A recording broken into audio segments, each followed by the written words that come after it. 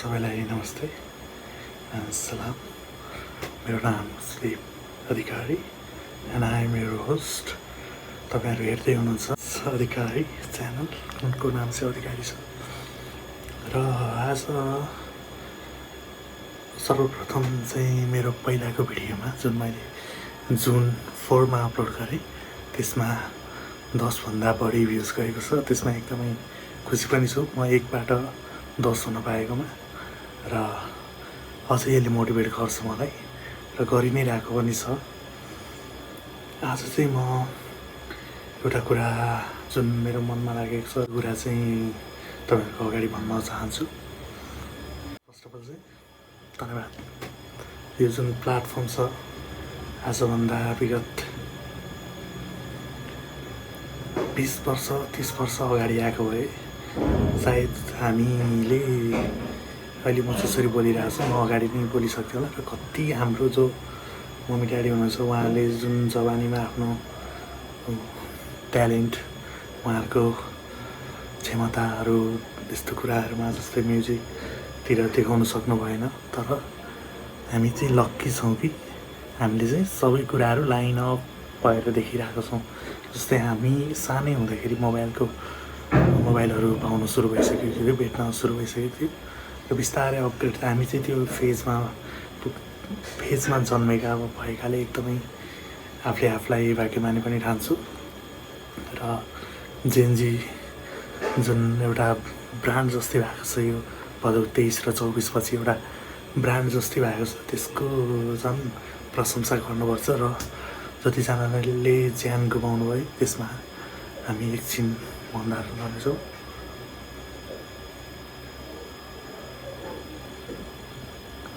Thank you bro.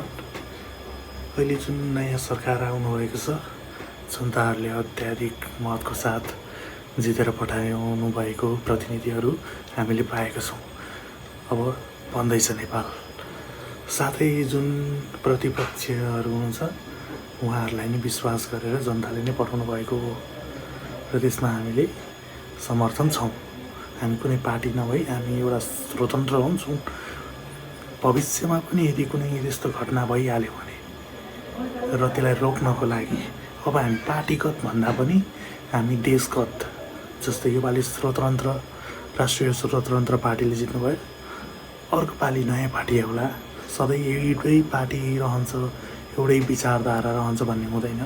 अब त्यसपछि अर्को आउला, हामीले अपग्रेड गर्दै जान्छौँ हामी जनताहरूले। र हाम्रो माननीय ज्यूहरूले नै अपग्रेड गर्नुहुन्छ जस्तो लाग्छ। र अहिलेको केसमा जुन हामी एउटा ग्राउन्ड लेभलबाट स्टार्ट गर्दैछौँ, हामी त अहिले सिर्फ एउटा जमिनलाई खाल्डो खनेर त्यसमा एउटा जग बसाल्दैछौँ। त्यसको लागि समय त अवश्य लाग्छ। र त्यो अब समय जुन लाग्छ त्यो समय चाहिँ हामीले धैर्यका साथ हाम्रो अहिलेको तत्कालीन अहिले जुन छ त्यो पार्टी र जुन पार्टीको सरकार छ उहाँहरूलाई काम गर्नु दिनुपर्छ। र साथै जो विरोधी पक्षले उठाइरहनु भएको कुराहरू छ त्यो पनि हामीले एनालाइज गरिरहेको छौँ। अहिले जनताहरू धेरै नै बाटो भइसक्यो। जुन पहिलाको एउटा लहर त्यो बोली एउटा भाषणमा मात्र सीमित, तर अहिले भनेको हामीले एउटा ठाउँमा बसेर धेरै ठाउँहरूको न्युजहरू हेरिरहेका हुन्छौँ।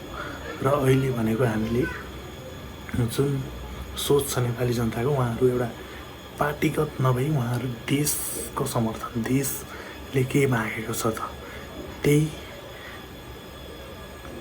संस्थालाई हामीले हेल्प गरिरहेका छौँ र हामी खुसी छौँ। अनि जुन प्रतिपक्षमा हुनुहुन्छ हाम्रो स्वीकृति पार्टीबाट जो आउनुभएको छ उहाँहरूलाई धेरै धेरै धन्यवाद। र उहाँहरूले नै कुराहरू उठाइरहनु भएको छ, ठिक छ। तर हामी अब चाहिँ विरोधीको पनि हामीले एनालाइज गरेर तपाईँले के कुरामा विरोध गरिरहनु भएको छ त्यो सबै एनालाइज भइरहेको छ। उठाउनुहोस्, कुरा उठाउनुहोस्, विरोध पनि गर्नुपर्छ। कुनै कामहरू भएन भने अब जस्तै राम्रो पक्षबाट विरोध हुनु पऱ्यो, त्यो सबै हुनु पऱ्यो। तर त्यो कुरा जनतालाई नै मन पर्नु पऱ्यो। हजुरहरूले त देखिरहनु भएको छ, अहिले सोसियल मिडियामा सबै छ, त्यसमा देखिरहनु भएको छ। त्यहाँबाट आफू पनि सुध्रिनु पऱ्यो है। कुनै ठाउँमा चाहिँ जुन आज घटना भएको हाल्नुभएको थियो हाम्रो हर्क साम्पाङज्यूले, उहाँको पनि गल्ती छ आजको एक्सिडेन्टमा। जुन किसिमको उहाँको एउटा क्रियाकलाप छ त्यो नेपाल प्रहरीद्वारा अफकोर्स भइहाल्छ, सजाय हुनुपर्ने ठाउँमा अफकोर्स हुन्छ र उहाँले पनि एक्सेप्ट गर्नुपर्छ होइन। ठिक छ, अरू भनेको सबै कुरा हुँदैछ, वी आर ग्रोइङ, त्यही भएर अलिकति प्यासन चाहिँ जरुरत छ र धैर्यको साथ योपालि बन्छ नेपाल। जय नेपाल।